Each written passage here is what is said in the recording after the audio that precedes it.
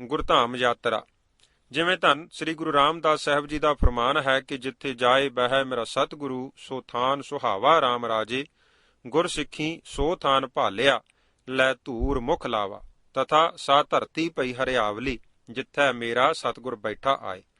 ਉਹਨਾਂ ਪਾਵਨ ਪਵਿੱਤਰ ਅਸਥਾਨਾਂ ਦੇ ਦਰਸ਼ਨ ਦਿਦਾਰੇ ਕਰਨ ਅਤੇ ਉੱਥੋਂ ਦੀ ਚਰਨ ਧੂੜੀ ਪਰਸਣ ਲਈ ਸੰਗਤਾਂ ਨੇ ਬਾਬਾ ਜੀ ਨੂੰ ਬੇਨਤੀ ਕੀਤੀ ਕਿ ਭਾਵੇਂ ਆਪ ਜੀ ਅਨੇਕਾਂ ਵਾਰ ਇਹਨਾਂ ਭਾਵਨ ਗੁਰਧਾਮਾਂ ਦੇ ਦਰਸ਼ਨ ਕਰ ਆਏ ਹੋ, ਪਰ ਆਪਣੀਆਂ ਬੱਸਾਂ ਕਿਰਾਏ ਉੱਪਰ ਲੈ ਕੇ ਪ੍ਰੇਮੀ ਸੰਗਤਾਂ ਸਮੇਤ ਗੁਰੂ ਚਰਨਾਂ ਦੀ ਛੋਹ ਨਾਲ ਪਵਿੱਤਰ ਹੋਏ ਇਹਨਾਂ ਗੁਰਧਾਮਾਂ ਦੇ ਦਰਸ਼ਨ ਆਪ ਜੀ ਸਾਰੀ ਸੰਗਤ ਨੂੰ ਜ਼ਰੂਰ ਕਰਵਾਓ। ਬਾਬਾ ਜੀ ਨੇ ਸੰਗਤ ਨੂੰ ਬੇਨਤੀ ਕੀਤੀ ਕਿ ਗੁਰਧਾਮਾਂ ਦੀ ਯਾਤਰਾ ਦਾ ਪੂਰਨ ਲਾਹਾ ਤਦ ਹੀ ਹੈ ਜੇਕਰ ਇਸ ਯਾਤਰਾ ਦੇ ਪੂਰੇ ਸਮੇਂ ਨੂੰ ਨਾਮ ਬਾਣੀ ਸਿਮਰਨ ਰਾਹੀਂ ਆਪਾਂ ਸਫਲ ਕਰੀਏ। ਯਾਤਰਾ ਜਾਣ ਤੋਂ ਪਹਿਲਾਂ ਸਾਡੇ ਮਨਾਂ ਵਿੱਚ ਗੁਰ ਅਸਥਾਨਾਂ ਅਤੇ ਗੁਰੂ ਚਰਨਾਂ ਨਾਲ ਪਿਆਰ ਬਣੇ। ਜਦ ਪਿਆਰੇ ਸਤਿਗੁਰਾਂ ਪ੍ਰਤੀ ਪਿਆਰ ਸਾਡੇ ਮਨਾਂ ਵਿੱਚ ਬਣ ਗਿਆ, ਤਦ ਸਤਿਗੁਰੂ ਜੀ ਦਾ ਪਿਆਰ ਪ੍ਰਾਪਤ ਹੋਵੇਗਾ। ਇਹਨਾਂ ਪਾਵਨ ਗੁਰ ਅਸਥਾਨਾਂ ਵਿੱਚੋਂ ਇਹ ਪਿਆਰ ਹੀ ਸਾਡੇ ਮਨਾਂ ਵਿੱਚ ਬੈਠ ਕੇ ਸਾਡੇ ਹਿਰਦੇ ਦੀ ਮੈਲ ਨੂੰ ਕੱਟ ਕੇ ਗੁਰੂ ਦੇ ਨੇੜੇ ਲਿਆਵੇਗਾ। ਜੇ ਕਿਤੇ ਗੁਰੂ ਮਿਹਰ ਸਦਕਾ ਇਹ ਗੁਰੂ ਪਿਆਰ ਸਦੀਵੀ ਬਣ ਜਾਵੇ, ਤਦ ਤਾਂ ਭਰਮ ਦੇ ਛੌੜ ਹੀ ਕੱਟੇ ਜਾਣਗੇ ਅਤੇ ਪਰਮੇਸ਼ਰ ਜੀ ਵਿੱਚ ਅਭੇਦਤਾ ਪ੍ਰਾਪਤ ਹੋ ਜਾਵੇਗੀ। ਸੋ ਇਸ ਪਿਆਰ ਨੂੰ ਪੈਦਾ ਕਰਨ ਲਈ ਯਾਤਰਾ ਜਾਣ ਤੋਂ ਪਹਿਲੇ ਯਤਨ ਕਰਨਾ ਪਵੇਗਾ ਅਤੇ ਇਸ ਯਤਨ ਨੂੰ ਯਾਤਰਾ ਦੌਰਾਨ ਜਾਰੀ ਰੱਖਣਾ ਹੋਵੇਗਾ। ਤੇ ਜੇ ਨਿਰਾ ਸੈਰ ਸਪਾਟਾ ਕਰਨ ਅਤੇ ਗੁਰਦੁਆਰਿਆਂ ਦੇ ਦਰਸ਼ਨ ਕਰਨ ਦੀ ਜਗ੍ਹਾ ਗੁਰਦੁਆਰੇ ਦੇਖਣ ਹੀ ਜਾਣਾ ਹੈ, ਤਦ ਇਸ ਨਾਲੋਂ ਘਰਾਂ ਦੇ ਕੰਮਕਾਰ ਕਰਨੇ ਬਿਹਤਰ ਹਨ। ਬਾਬਾ ਜੀ ਦੇ ਇਹ ਬਚਨ ਸੁਣ ਕੇ ਸੰਗਤਾਂ ਨੇ ਕਿਹਾ ਕਿ ਆਪ ਜੀ ਜੋ ਵੀ ਹੁਕਮ ਕਰੋ ਅਸੀਂ ਸਿਰ ਮੱਥੇ ਮੰਨਣ ਨੂੰ ਤਿਆਰ ਹਾਂ, ਪਰ ਆਪ ਜੀ ਸਾਡੇ ਨਾਲ ਜ਼ਰੂਰ ਚੱਲੋ। ਭਾਵੇਂ ਬਾਬਾ ਜੀ ਸਰੀਰ ਕਰਕੇ ਕਾਫੀ ਬਿਰਧ ਸਨ ਅਤੇ ਪਹਿਲਾਂ ਕਈ ਵਾਰ ਇਹਨਾਂ ਗੁਰ ਅਸਥਾਨਾਂ ਦੀ ਚਰਨ ਛੋਹ ਪ੍ਰਾਪਤ ਕਰ ਆਏ ਸਨ, ਪਰ ਫਿਰ ਵੀ ਸੰਗਤਾਂ ਦਾ ਹੁਕਮ ਮੰਨ ਕੇ ਸੰਗਤ ਵਿੱਚ ਹੀ ਯਾਤਰਾ ਸੰਬੰਧੀ ਪ੍ਰੋਗਰਾਮ ਉਲੀਕ ਲਿਆ। ਸਭ ਤੋਂ ਪਹਿਲਾਂ ਯਾਤਰਾ ਜਾਣ ਲਈ ਸ਼ਰਤ ਇਹ ਰੱਖੀ ਗਈ ਕਿ ਜਿਸ ਵੀ ਪ੍ਰੇਮੀ ਨੇ ਯਾਤਰਾ ਜਾਣਾ ਹੋਵੇ, ਉਹ ਜਾਣ ਤੋਂ ਪਹਿਲਾਂ ਘੱਟੋ ਘੱਟ ਮੂਲ ਮੰਤਰ ਦਾ 11,000 ਜਾਪ ਜ਼ਰੂਰ ਕਰੇ। ਵੱਧ ਤੋਂ ਵੱਧ ਜਿੰਨਾ ਕੋਈ ਕਰ ਸਕੇ ਉਨਾ ਹੀ ਲਾਹਾ ਹੈ। ਸਾਰਿਆਂ ਨੇ ਬੇਨਤੀ ਕੀਤੀ ਕਿ ਬਾਬਾ ਜੀ ਇਸ ਵਿੱਚ ਤਾਂ ਸਾਡਾ ਹੀ ਆਪਣਾ ਭਲਾ ਹੈ, ਸੋ ਇਸੇ ਬਹਾਨੇ ਸਾਡਾ ਸਮਾਂ ਵੀ ਸਫਲ ਹੋਵੇਗਾ। ਦੂਸਰਾ ਨਿਯਮ ਇਹ ਕਿ ਜਿਨ੍ਹਾਂ ਗੁਰਸਿੱਖਾਂ ਨੇ ਜਾਣਾ ਹੈ ਉਹ ਅੰਮ੍ਰਿਤਧਾਰੀ ਹੋਣੇ ਚਾਹੀਦੇ ਹਨ। ਜੇ ਕਿਸੇ ਨੇ ਅਜੇ ਅੰਮ੍ਰਿਤ ਨਹੀਂ ਛਕਿਆ, ਤਦ ਉਸਨੂੰ ਅੰਮ੍ਰਿਤ ਛਕ ਕੇ ਗੁਰੂ ਵਾਲਾ ਬਣ ਜਾਣਾ ਚਾਹੀਦਾ ਹੈ। ਇਹ ਮੁੱਢਲੇ ਦੋ ਨਿਯਮਾਂ ਤੋਂ ਇਲਾਵਾ ਯਾਤਰਾ ਦੇ ਸਮੇਂ ਨੂੰ ਸਫਲ ਕਰਨ ਲਈ ਇਸ ਪ੍ਰਕਾਰ ਨਿਯਮ ਬਣਾਏ ਗਏ, ਜੋ ਕਿ ਛਪਵਾ ਕੇ ਸਾਰੇ ਯਾਤਰੀ ਸੰਗਤਾਂ ਨੂੰ ਵੰਡ ਦਿੱਤੇ ਤੇ ਯਾਤਰਾ ਦੇ ਪ੍ਰੋਗਰਾਮ ਦੀ ਕਾਪੀ ਵੀ ਉਹਨਾਂ ਨੂੰ ਦੇ ਦਿੱਤੀ। ਸੋ ਯਾਤਰਾ ਜਾਣ ਵਾਲੇ ਸਭ ਮਾਈਆਂ ਭਾਈਆਂ ਲਈ ਜੋ ਨਿਯਮ ਸਨ ਉਹ ਇਸ ਪ੍ਰਕਾਰ ਸਨ ਕਿ ਸਭ ਮਾਈ ਭਾਈ ਦੀਆਂ ਗਾਤਰੇ ਵਾਲੀਆਂ ਕਿਰਪਾਨਾਂ ਉੱਪਰ ਦੀ ਹੋਣਗੀਆਂ ਅਤੇ ਵੀਰਾਂ ਦੇ ਦਾੜੇ ਪ੍ਰਕਾਸ਼ ਹੋਣਗੇ। ਹਰ ਰੋਜ਼ ਬੱਸ ਵਿੱਚ ਬੈਠਣ ਤੋਂ ਪਿੱਛੋਂ ਹਰ ਪ੍ਰਾਣੀ ਨੂੰ 2 ਘੰਟੇ ਵਾਹਿਗੁਰੂ ਗੁਰਮੰਤਰ ਦਾ ਸਿਮਰਨ ਕਰਨਾ ਪਵੇਗਾ। ਸਿਮਰਨ ਤੋਂ ਬਾਅਦ 21 ਪਾਠ ਬੇਨਤੀ ਚੌਪਈ ਸਾਹਿਬ ਦੇ ਸਾਰੀ ਸੰਗਤ ਜੋਟੀਆਂ ਵਿੱਚ ਕਰੇਗੀ। ਹਰ ਗੁਰ ਅਸਥਾਨ ਤੇ ਪੁੱਜ ਕੇ ਸਾਰੀ ਸੰਗਤ ਇਕੱਤਰ ਹੋ ਕੇ ਸੋ ਅਗਾਂਹ ਜ਼ਿਕਰ ਕੀਤਾ ਸ਼ਬਦ ਜੋਟੀਆਂ ਵਿੱਚ ਬੜੇ ਪਿਆਰ ਸਹਿਤ ਉੱਚੀ ਸੁਰ ਨਾਲ ਪੜ੍ਹਦੀ ਹੋਈ ਸਤਿਗੁਰੂ ਜੀ ਦੀ ਪਾਵਨ ਹਜ਼ੂਰੀ ਵਿੱਚ ਪੁੱਜੇਗੀ ਅਤੇ ਸ਼ਬਦ ਦੀ ਸਮਾਪਤੀ ਤੋਂ ਬਾਅਦ ਸਤਿਗੁਰੂ ਜੀ ਨੂੰ ਨਮਸਕਾਰ ਕਰਕੇ ਗੁਰ ਅਸਥਾਨ ਅੰਦਰ ਹੀ ਬੈਠ ਜਾਵੇਗੀ। ਉਹ ਸ਼ਬਦ ਕੀ ਸੀ? ਰਾਗ ਗੌੜੀ, ਪੂਰਬੀ ਮਹੱਲਾ ਪੰਜਵਾਂ। ਇੱਕ ਓੰਕਾਰ ਸਤਿਗੁਰ ਪ੍ਰਸਾਦ। ਕਵਨ ਗੁਣ ਪ੍ਰਾਨ ਪਤ ਮਿਲੋ ਮੇਰੀ ਮਾਈ ਰਹਾਓ, ਰੂਪਹੀਨ ਬੁੱਧ ਬਲਹੀਨੀ ਮੋਹਿ ਪਰਦੇਸਣ ਦੂਰ ਤੇ ਆਈ, ਨਾ ਹਿਨ ਦਰਬ ਨਾ ਜੋਬਨ ਮਾਤੀ ਮੋਹਿ ਅਨਾਥ ਕੀ ਕਰੋ ਸਮਾਈ, ਖੋਜਤ ਖੋਜਤ ਭਈ ਬੈਰਾਗਣ ਪ੍ਰਭ ਦਰਸ਼ਨ ਕਹੋ ਫਿਰਤ ਤਸਾਈ, ਦੀਨ ਦਇਆਲ ਕਿਰਪਾਲ ਪ੍ਰਭ ਨਾਨਕ ਸਾਧ ਸੰਗ ਮੇਰੀ ਜਲਨ ਬੁਝਾਈ। ਸੋ ਇਹ ਸ਼ਬਦ ਦਾ ਜੋਟੀਆਂ ਵਿੱਚ ਪਾਠ ਕਰਦੇ ਹੋਏ, ਜੋਟੀਆਂ ਵਿੱਚ ਜਾਪ ਕਰਦੇ ਹੋਏ ਸਾਰੀ ਸੰਗਤ ਗੁਰੂ ਹਜ਼ੂਰ ਪੁੱਜਦੀ ਤੇ ਸਤਿਗੁਰੂ ਜੀ ਨੂੰ ਨਮਸਕਾਰ ਕਰਕੇ ਗੁਰ ਅਸਥਾਨ ਅੰਦਰ ਬੈਠ ਕੇ 5-7 ਮਿੰਟ ਵਾਹਿਗੁਰੂ ਗੁਰਮੰਤਰ ਦਾ ਸਿਮਰਨ ਕਰੇਗੀ। ਇਸ ਤੋਂ ਬਾਅਦ ਗੁਰਧਾਮ ਦੀ ਪਰਿਕਰਮਾ ਸ਼ਲੋਕ ਫਿਰਤ ਫਿਰਤ ਪ੍ਰਭ ਆਇਆ ਪਰਿਆ ਤਉ ਸਰਨਾਏ, ਨਾਨਕ ਕੀ ਪ੍ਰਭ ਬੇਨਤੀ ਆਪਣੀ ਭਗਤੀ ਲਾਏ। ਇਸ ਸ਼ਲੋਕ ਦਾ ਬਾਰ-ਬਾਰ ਅੰਤਰ ਆਤਮੇ ਹਰ ਜਗਿਆਸੂ ਕਰਦਾ ਹੋਇਆ ਉਸ ਗੁਰ ਅਸਥਾਨ ਦੀ ਪਰਿਕਰਮਾ ਕਰੇਗਾ। ਫਿਰ ਇਸ ਇੱਕ ਸਥਾਨ ਤੇ ਸਾਰੀ ਸੰਗਤ ਇਕੱਤਰ ਹੋ ਕੇ ਬੇਨਤੀ ਚੌਪਈ ਸਾਹਿਬ ਜੀ ਦਾ ਪਾਠ ਸੰਗਤੀ ਰੂਪ ਵਿੱਚ ਕਰੇਗੀ ਤੇ ਉੱਥੇ ਹੀ ਉਸ ਪਾਵਨ ਅਸਥਾਨ ਦਾ ਇਤਿਹਾਸ ਕਿ ਸਤਿਗੁਰਾਂ ਨੇ ਜੀਵਾਂ ਦੇ ਭਲੇ ਦੀ ਖਾਤਰ ਇਸ ਅਸਥਾਨ ਤੇ ਕੀ ਕੌਤਕ ਕੀਤੇ ਉਹ ਸੁਣਾ ਦਿੱਤਾ ਜਾਵੇਗਾ। ਬੱਸ ਵਿੱਚੋਂ ਉਤਰ ਕੇ ਤੇ ਗੁਰ ਅਸਥਾਨ ਦੇ ਦਰਸ਼ਨ ਕਰਨ ਅਤੇ ਮੁੜ ਬੱਸ ਵਿੱਚ ਆਪੋ ਆਪਣੀਆਂ ਸੀਟਾਂ ਤੇ ਬੈਠਣ ਤੱਕ ਕੋਈ ਵੀ ਪ੍ਰਾਣੀ ਰੌਲਾ ਨਾ ਪਾਵੇ ਤੇ ਨਾ ਹੀ ਗੱਲਾਂ ਕਰੇਗਾ। ਹਰ ਬੱਸ ਵਿੱਚ ਪ੍ਰਬੰਧਕ ਨਿਯਤ ਕੀਤੇ ਜਾਣਗੇ। ਹਰ ਪ੍ਰਾਣੀ ਉਹਨਾਂ ਦੇ ਹੁਕਮ ਵਿੱਚ ਚੱਲੇਗਾ। ਜੋ ਸਮਾਂ ਇੱਕ ਪੜਾਅ ਤੋਂ ਦੂਸਰੇ ਪੜਾਅ ਨੂੰ ਚੱਲਣ ਲਈ ਦੱਸਿਆ ਜਾਵੇ, ਹਰ ਪ੍ਰੇਮੀ ਉਸ ਤੋਂ 5 ਮਿੰਟ ਪਹਿਲਾਂ ਆਪਣੀ ਸੀਟ ਤੇ ਬੈਠਣ ਲਈ ਹਾਜ਼ਰ ਹੋ ਜਾਵੇ। ਰਾਤ ਦੇ ਠਹਿਰਾਵ ਤੋਂ ਬਾਅਦ ਅਗਲੀ ਸਵੇਰ ਨੂੰ ਸਾਰਾ ਸਮਾਨ ਆਦਿ ਬੱਸਾਂ ਉੱਪਰ ਰੱਖ ਕੇ ਸਤਿਗੁਰੂ ਜੀ ਦੇ ਚਰਨਾਂ ਵਿੱਚ ਅਰਦਾਸ ਕਰਕੇ ਫਿਰ ਹੁਕਮਨਾਮਾ ਲੈ ਕੇ ਦੂਸਰੇ ਅਸਥਾਨ ਲਈ ਚਾਲੇ ਪਾਏ ਜਾਣਗੇ। ਉਪਰੋਕਤ ਨਿਯਮਾਂ ਦੇ ਅਨੁਸਾਰ ਸੰਗਤਾਂ ਨੂੰ ਬਾਬਾ ਜੀ ਨੇ ਵੱਖੋ ਵੱਖਰੇ ਗੁਰ ਅਸਥਾਨਾਂ ਦੀਆਂ 3 ਵਾਰ ਯਾਤਰਾ ਕਰਵਾਈ। ਪਹਿਲੀ ਯਾਤਰਾ 14 ਫਰਵਰੀ 1972 ਨੂੰ ਆਰੰਭ ਹੋਈ, ਜਿਸ ਵਿੱਚ ਇਸ ਤਰ੍ਹਾਂ ਪ੍ਰੋਗਰਾਮ ਅਨੁਸਾਰ ਸੰਗਤਾਂ ਨੂੰ ਗੁਰਧਾਮਾਂ ਦੇ ਦਰਸ਼ਨ ਕਰਵਾਏ ਗਏ। 14 ਫਰਵਰੀ 1972 ਨੂੰ ਸਵੇਰੇ 6 ਵਜੇ ਦੇ ਕਰੀਬਨ ਸਰਬ ਸੰਗਤ ਨੇ ਸਤਿਗੁਰੂ ਸ੍ਰੀ ਗੁਰੂ ਗ੍ਰੰਥ ਸਾਹਿਬ ਜੀ ਦੇ ਚਰਨਾਂ ਵਿੱਚ ਇਕੱਤਰ ਹੋ ਕੇ ਅਰਦਾਸ ਕੀਤੀ ਤੇ ਹੁਕਮਨਾਮਾ ਲੈ ਕੇ ਗੁਰਦੁਆਰਾ ਰਾਮਪੁਰ ਖੇੜਾ ਤੋਂ ਚਾਲੇ ਪਾ ਦਿੱਤੇ। ਰਸਤੇ ਵਿੱਚ ਗੁਰਦੁਆਰਾ ਫਤਿਹਗੜ੍ਹ ਸਾਹਿਬ, ਸਰਹਿੰਦ ਸਾਹਿਬਜ਼ਾਦਿਆਂ ਅਤੇ ਮਾਤਾ ਜੀ ਦੇ ਸ਼ਹੀਦੀ ਅਸਥਾਨਾਂ ਨੂੰ ਪ੍ਰਣਾਮ ਕਰਕੇ ਰਾਤ ਦਾ ਟਿਕਾਣਾ ਪਾਉਂਟਾ ਸਾਹਿਬ ਜਾ ਕੀਤਾ।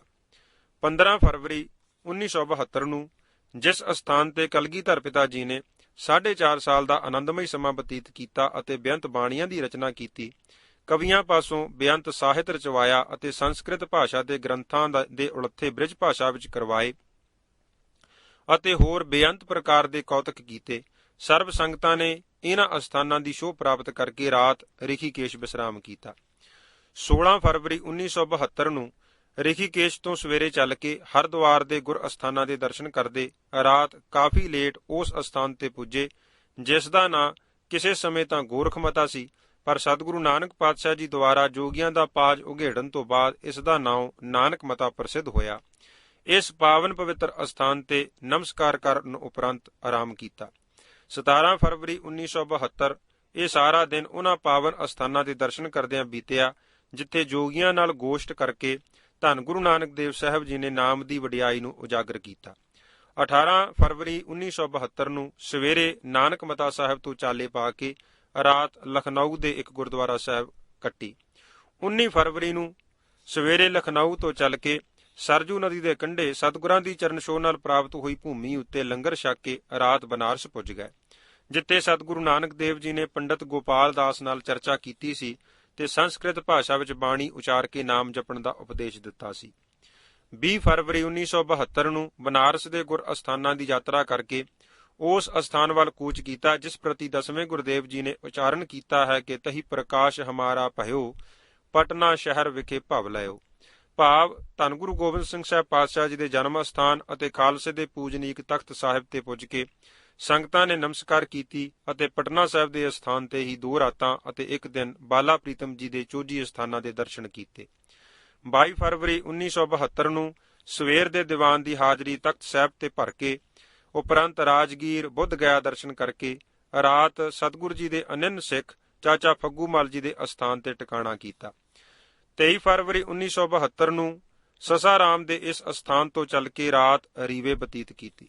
24 ਫਰਵਰੀ 1972 ਨੂੰ ਰੀਵਾ ਤੋਂ ਚੱਲ ਕੇ ਸਾਰੀ ਸੰਗਤ ਉਸ ਅਸਥਾਨ ਤੇ ਪੁੱਜੀ, ਜਿਸ ਅਸਥਾਨ ਤੇ ਸਤਿਗੁਰੂ ਨਾਨਕ ਪਾਤਸ਼ਾਹ ਜੀ ਦੀ ਮਿਹਰ ਦ੍ਰਿਸ਼ਟੀ ਨਾਲ ਕੌਡਾ ਰਾਖਸ਼ ਆਪਣੀ ਰਾਖਸ਼ ਬੁੱਧੀ ਤਿਆਗ ਕੇ ਗੁਰੂ ਕਾ ਸਿੱਖ ਬਣਿਆ ਅਤੇ ਸਿੱਖੀ ਧਾਰ ਕੇ ਹੋਰ ਅਨੇਕਾਂ ਦਾ ਭਲਾ ਕੀਤਾ। ਭਾਵ ਗੁਰਦੁਆਰਾ ਮੜਾਤਾਲ ਜੱਬਲਪੁਰ ਟਿਕਾਣਾ ਕੀਤਾ। 25 ਫਰਵਰੀ 1972 ਗੁਰਦੁਆਰਾ ਮੜਾਤਾਲ ਜੱਬਲਪੁਰ ਤੋਂ ਚੱਲ ਕੇ ਰਾਤ ਗੁਰੂ ਨਾਨਕ ਦਰਬਾਰ ਨਾਗਪੁਰ ਟਿਕਾਣਾ ਕੀਤਾ। ਇੱਥੇ ਸੰਗਤ ਨੇ ਬਹੁਤ ਨਿੱਘਾ ਪਿਆਰ ਬਖਸ਼ਿਸ਼ ਕੀਤਾ।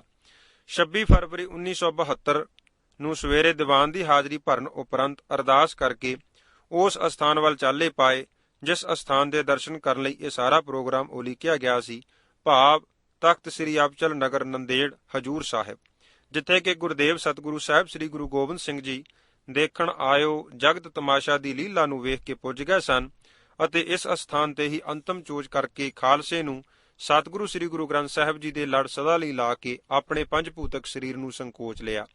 ਉਸ ਅਸਥਾਨ ਤੇ ਸਾਰੀ ਸੰਗਤ ਨੇ ਪੁੱਜ ਕੇ ਨਮਸਕਾਰ ਕੀਤੀ ਅਤੇ ਆਰਾਮ ਕੀਤਾ। 27 ਫਰਵਰੀ 1972 ਨੂੰ ਤਖਤ ਸ੍ਰੀ ਸੱਚਖੰਡ ਜੀ ਦੇ ਦਰਸ਼ਨ ਕਰਕੇ ਗੁਰਦੁਆਰਾ ਨਾਨਕ ਝੀਰਾ ਸਾਹਿਬ ਜਾ ਨਮਸਕਾਰ ਕੀਤੀ ਅਤੇ ਇੱਥੇ ਇਕਾਂਤ ਵਿੱਚ ਟਿਕਾਣਾ ਕਰਕੇ ਆਨੰਦ ਮਾਣਿਆ। ਇਸ ਅਸਥਾਨ ਤੇ ਸਤਿਗੁਰੂ ਸ੍ਰੀ ਗੁਰੂ ਨਾਨਕ ਦੇਵ ਜੀ ਦੀ ਚਰਨ ਛੋਹ ਨਾਲ ਸੁੱਕੇ ਪਹਾੜ ਵਿੱਚੋਂ ਨਿਰਮਲ ਪਵਿੱਤਰ ਜਲ ਦਾ ਚਸ਼ਮਾ ਪ੍ਰਗਟ ਹੋਇਆ, ਜੋ ਅਜੇ ਤੱਕ ਨਿਰੰਤਰ ਜਾਰੀ ਹੈ। 28 ਫਰਵਰੀ 1972 ਨੂੰ ਸਤਿਗੁਰੂ ਸ੍ਰੀ ਗੁਰੂ ਨਾਨਕ ਦੇਵ ਜੀ ਦੇ ਚਰਨਾਂ ਵਿੱਚੋਂ ਵਿਦਾਇਗੀ ਲੈ ਕੇ ਵਾਪਸ ਸ੍ਰੀ ਹਜੂਰ ਸਾਹਿਬ ਪੁੱਜ ਗਏ ਤੇ ਰਾਤ ਇੱਥੇ ਹੀ ਸਾਰੀ ਸੰਗਤ ਨੇ ਵਿਸ਼ਰਾਮ ਕੀਤਾ। 1 ਮਾਰਚ ਤੇ 2 ਮਾਰਚ 1972 ਨੂੰ ਸੰਗਤਾਂ ਨੂੰ ਸਤਿਗੁਰੂ ਜੀ ਦੇ ਆਖਰੀ ਚੋਜਾਂ ਦੀ ਯਾਦ ਦਿਵਾਉਂਦੇ ਗੁਰ ਅਸਥਾਨ ਭਾਵ ਗੁਰਦੁਆਰਾ ਨਕੀਨਾ ਘਾਟ, ਗੁਰਦੁਆਰਾ ਹੀਰਾ ਘਾਟ, ਗੁਰਦੁਆਰਾ ਸ਼ਿਕਾਰ ਘਾਟ, ਗੁਰਦੁਆਰਾ ਮਾਤਾ ਸਾਹਿਬ ਦੇਵਾਂ ਜੀ, ਗੁਰਦੁਆਰਾ ਸੰਗਤ ਸਾਹਿਬ, ਗੁਰਦੁਆਰਾ ਬੰਦਾ ਘਾਟ, ਗੁਰਦੁਆਰਾ ਮਾਲ ਟੇਕਰੀ ਸਾਹਿਬ, ਗੁਰਦੁਆਰਾ ਰਤਨਗੜ੍ਹ ਸਾਹਿਬ, ਗੁਰਦੁਆਰਾ ਨਾਨਕਸਰ ਇਤਆਦਿਕ ਦੇ ਦਰਸ਼ਨ ਸਾਰੀਆਂ ਸੰਗਤਾਂ ਨੇ ਬਾਬਾ ਜੀ ਦੇ ਨਾਲ ਕੀਤੇ। 3 ਮਾਰਚ 1972 ਨੂੰ ਸਾਰੀ ਸੰਗਤ ਨੇ ਅੰਮ੍ਰਿਤ ਵੇਲੇ ਤੋਂ ਬੜੇ ਬੈਰਾਗ ਵਿੱਚ 8 ਵਜੇ ਤੱਕ ਤਖਤ ਸਾਹਿਬ ਦੇ ਦੀਵਾਨ ਦੀ ਹਾਜ਼ਰੀ ਭਰੀ ਅਤੇ ਫਿਰ ਤਖਤ ਸਾਹਿਬ ਤੇ ਅਰਦਾਸਾਂ ਕਰਕੇ ਰਾਤ ਗੁਰਦੁਆਰਾ ਗੁਪਤਸਰ ਸਾਹਿਬ ਮਨਮਾੜ, ਜਿਸ ਨੂੰ ਸ੍ਰੀ ਹਜੂਰ ਸਾਹਿਬ ਜੀ ਦੀ ਡਿਊਟੀ ਵੀ ਕਿਹਾ ਜਾਂਦਾ ਹੈ, ਇੱਥੇ ਆ ਟਿਕਾਣਾ ਕੀਤਾ। 4 ਮਾਰਚ 1972 ਨੂੰ ਗੁਰਦੁਆਰਾ ਗੁਪਤਸਰ ਤੋਂ ਚੱਲ ਕੇ ਰਾਤ ਗੁਰਦੁਆਰਾ ਸਿੰਘ ਸਭਾ ਦਾਦਰ ਬੰਬਈ ਪੁੱਜੇ।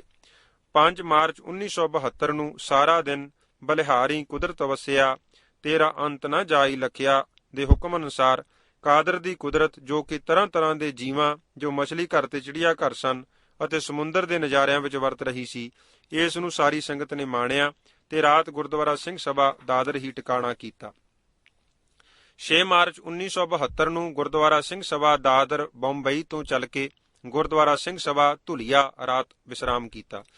7 ਮਾਰਚ 1972 ਨੂੰ ਧੁਲੀਆ ਤੋਂ ਚੱਲ ਕੇ ਨਾਸਕ ਹੁੰਦੇ ਹੋਏ ਗੁਰਦੁਆਰਾ ਇਮਲੀ ਸਾਹਿਬ ਪਾਤਸ਼ਾਹ ਪਹਿਲੀ ਇੰਦੌਰ ਵਿਖੇ ਹਾਜ਼ਰ ਹੋਏ। ਸਤਿਗੁਰੂ ਜੀ ਨੂੰ ਨਮਸਕਾਰ ਕਰਕੇ ਇਤਿਹਾਸ ਸਰਵਣ ਕਰਕੇ ਤੇ ਲੰਗਰ ਛਕ ਕੇ ਬਰਾਜ ਗਏ। 8 ਮਾਰਚ 1972 ਨੂੰ ਇੰਦੌਰ ਤੋਂ ਚੱਲ ਕੇ ਗੁਰਦੁਆਰਾ ਸਿੰਘ ਸਭਾ ਗੂਨਾ ਦੇਰ ਰਾਤ ਨਾਲ ਪੁੱਜੇ। 9 ਮਾਰਚ 1972 ਨੂੰ ਗੂਨੇ ਤੋਂ ਚੱਲ ਕੇ ਸ਼ਾਮ ਨੂੰ ਗਵਾਲੀਅਰ ਵਿਖੇ ਗੁਰਦੁਆਰਾ ਬੰਦੀ ਛੋੜ ਪਾਤਸ਼ਾਹੀ ਛੇਵੀਂ ਪੁੱਜ ਕੇ ਦਰਸ਼ਨ ਦੀਦਾਰ ਕੀਤੇ। 10 ਮਾਰਚ 1972 ਨੂੰ ਛੇਵੇਂ ਸਤਿਗੁਰਾਂ ਦੇ ਚਰਨਾਂ ਵਿੱਚੋਂ ਵਿਦਾਇਗੀ ਲੈ ਕੇ ਆਗਰਾ ਵਿਖੇ 9ਵੇਂ ਸਤਿਗੁਰਾਂ ਦੇ ਅਸਥਾਨਾਂ ਦੇ ਦਰਸ਼ਨ ਕਰਕੇ ਰਾਤ ਸ੍ਰੀ ਗੁਰੂ ਤੇਗ ਬਹਾਦਰ ਸਾਹਿਬ ਜੀ ਦੇ ਚਰਨਾਂ ਵਿੱਚ ਦਿੱਲੀ ਗੁਰਦੁਆਰਾ ਸੀਸਗੰਜ ਸਾਹਿਬ ਪੁੱਜ ਗਏ। 11 ਮਾਰਚ 1972 ਨੂੰ ਸਾਰਾ ਦਿਨ ਸੰਗਤ ਨੇ ਦਿੱਲੀ ਦੇ ਸਮੁੱਚੇ ਗੁਰ ਅਸਥਾਨਾਂ ਦੇ ਦਰਸ਼ਨ ਦੀਦਾਰੇ ਕੀਤੇ ਤੇ ਰਾਤ ਦਾ ਟਿਕਾਣਾ ਫੇਰ ਧੰਨ ਗੁਰੂ ਤੇਗ ਬਹਾਦਰ ਸਾਹਿਬ ਜੀ ਦੇ ਚਰਨਾਂ ਵਿੱਚ ਗੁਰਦੁਆਰਾ ਸੀਸਗੰਜ ਸਾਹਿਬ ਕੀਤਾ। 12 ਮਾਰਚ 1972 ਇਹ ਯਾਤਰਾ ਦਾ ਆਖਰੀ ਦਿਨ ਸੀ। ਗੁਰਦੁਆਰਾ ਸੀਸਗੰਜ ਸਾਹਿਬ ਤੋਂ ਚੱਲ ਕੇ ਦੂਖ ਨਿਵਾਰਨ ਸਾਹਿਬ ਪਟਿਆਲਾ ਤੇ ਗੁਰਦੁਆਰਾ ਆਲਮਗੀਰ ਲੁਧਿਆਣਾ ਦੇ ਦਰਸ਼ਨ ਕਰਦੇ ਹੋਏ ਸਫਲ ਭਈ ਸਫਲ ਯਾਤਰਾ ਅਨੁਸਾਰ ਇਸ ਆਨੰਦਮਈ ਯਾਤਰਾ ਨੂੰ ਗੁਰ ਅਸਥਾਨਾਂ ਦੀ ਚਰਨ ਧੂੜੀ ਪਰਸ ਕੇ ਸਫਲ ਕੀਤਾ ਤੇ ਵਾਪਸ ਰਾਤ ਗੁਰਦੁਆਰਾ ਰਾਮਪੁਰ ਖੇੜਾ ਸਾਹਿਬ ਪੁੱਜ ਗਏ। ਕਰੀਬਨ ਉਪਰੋਕਤ ਯਾਤਰਾ ਦੇ ਪ੍ਰੋਗਰਾਮ ਮੁਤਾਬਕ ਹੀ 1976 ਈਸਵੀ ਅਤੇ 1979 ਈਸਵੀ ਨੂੰ ਵੀ ਸਰਬ ਸੰਗਤ ਨੂੰ ਨਾਲ ਲੈ ਕੇ ਬਾਬਾ ਜੀ ਇਹਨਾਂ ਗੁਰ ਅਸਥਾਨਾਂ ਦੀ ਚਰਨ ਧੂੜੀ ਪਰਸਣ ਲਈ ਗਏ। ਇਸ ਤੋਂ ਇਲਾਵਾ ਸਮੇਂ-ਸਮੇਂ ਪੰਜਾਬ ਦੇ ਸਾਰੇ ਗੁਰ ਅਸਥਾਨਾਂ ਦੇ ਵੀ ਦਰਸ਼ਨ ਦੀਦਾਰੇ ਕੀਤੇ ਤੇ ਕਰਵਾਏ। 20 ਅਗਸਤ 1975 ਨੂੰ ਸਰਬ ਸੰਗਤ ਨਾਲ ਸਤਿਗੁਰੂ ਸ੍ਰੀ ਗੁਰੂ ਗੋਬਿੰਦ ਸਿੰਘ ਜੀ ਦੇ ਤਪੋ ਅਸਥਾਨ ਸ੍ਰੀ ਹੇਮਕੁੰਟ ਸਾਹਿਬ ਦੇ ਦਰਸ਼ਨ ਕਰਨ ਲਈ ਵੀ ਉਦਮ ਕੀਤਾ ਅਤੇ ਸੰਗਤਾਂ ਨੇ ਲਾਹੇ ਪ੍ਰਾਪਤ ਕੀਤੇ। ਸਾਰੀਆਂ ਯਾਤਰਾਵਾਂ ਭਾਵੇਂ ਉਹ ਸ੍ਰੀ ਹਜੂਰ ਸਾਹਿਬ ਦੀ ਸੀ, ਭਾਵੇਂ ਸ੍ਰੀ ਹੇਮਕੁੰਟ ਸਾਹਿਬ ਦੀ ਜਾਂ ਪੰਜਾਬ ਦੇ ਗੁਰਧਾਮਾਂ ਦੀ, ਸਰਬ ਸੰਗਤ ਨੂੰ ਗੁਰ ਅਸਥਾਨਾਂ ਦੀ ਚਰਨ ਧੂੜੀ ਪਰਸਨ ਤੋਂ ਇਲਾਵਾ ਨਾਮ ਬਾਣੀ ਸਿਮਰਨ ਦੁਆਰਾ ਬੇਅੰਤ ਲਾਹਾ ਮਿਲਿਆ। ਬਹੁਤੇ ਪ੍ਰੇਮੀ ਬਿਲਾਸ ਨਾਲ ਇਹ ਕਹਿੰਦੇ ਸੁਣੇ ਜਾ ਸਕਦੇ ਸਨ ਕਿ ਬਾਕੀ ਦੀ ਆਜੂ ਦਾ ਤਾਂ ਸਾਨੂੰ ਪਤਾ ਨਹੀਂ ਕਿ ਕਿੰਨਾ ਕੁ ਸਮਾਂ ਸਫਲ ਹੋਇਆ ਹੈ, ਪਰ ਇਹ ਜੋ ਯਾਤਰਾ ਦਾ ਸਮਾਂ ਬਾਬਾ ਜੀ ਦੇ ਨਾਲ ਰਹਿ ਕੇ ਸੰਗਤ ਵਿੱਚ ਬਤੀਤ ਕੀਤਾ ਹੈ, ਇਸ ਦਾ ਫਲ ਤਾਂ ਅਸੀਂ ਸਤਿਗੁਰੂ ਜੀ ਪਾਸੋਂ ਜ਼ੋਰ ਨਾਲ ਵੀ ਲੈ ਲੈਣਾ ਹੈ, ਕਿਉਂਕਿ ਸਾਨੂੰ ਪਤਾ ਹੈ ਕਿ ਇਹਨਾਂ ਦਿਨਾਂ ਵਿੱਚ ਸਿਵਾਏ ਗੁਰਬਾਣੀ ਜਾਂ ਨਾਮ ਸਿਮਰਨ ਦੇ ਕੋਈ ਵੀ ਹੋਰ ਸੰਸਾਰਕ ਗੱਲ ਨਹੀਂ ਕੀਤੀ ਤੇ ਨਾ ਹੀ ਪਤਾ ਰਿਹਾ ਹੈ ਕਿ ਬਾਕੀ ਸੰਸਾਰ ਵਿੱਚ ਕੀ ਵਰਤ ਰਿਹਾ ਹੈ। ਪਿੱਛੇ ਬਾਕੀ ਪਰਿਵਾਰ ਦੀ ਯਾਦ ਵੀ ਭੁੱਲੀ ਰਹੀ। ਸੰਗਤ ਦਾ ਆਪਸੀ ਪਿਆਰ ਇੰਨਾ ਹੁੰਦਾ ਸੀ ਕਿ ਹਰ ਯਾਤਰਾ ਤੋਂ ਪਿੱਛੋਂ ਵਿਦਾਇਗੀ ਲੈਣ ਵੇਲੇ ਦਾ ਦ੍ਰਿਸ਼ ਵੀ ਵੇਖਣ ਵਾਲਾ ਹੁੰਦਾ ਸੀ। ਹਰ ਇੱਕ ਦੀ ਅੱਖ ਵਿੱਚ ਪ੍ਰੇਮ, ਬੈਰਾਗ, ਬਿਰਹੋਂ ਦੇ ਹੰਝੂ ਹੁੰਦੇ। ਵਿਛੜਨ ਨੂੰ ਮਨ ਨਾ ਕਰਦਾ। ਹਰ ਯਾਤਰੀ ਗੁਰ ਅਸਥਾਨਾਂ ਦੀ ਯਾਤਰਾ ਤੋਂ ਬਾਅਦ ਇਹ ਮਹਿਸੂਸ ਕਰਦਾ ਕਿ ਮੈਂ ਗੁਰ ਅਸਥਾਨਾਂ ਦੇ ਦਰਸ਼ਨਾਂ ਦੇ ਨਾਲ ਨਾਲ ਕਾਫੀ ਸਾਰਾ ਆਤਮਿਕ ਲਾਹਾ ਲੈ ਕੇ ਘਰ ਚੱਲਿਆ ਹਾਂ।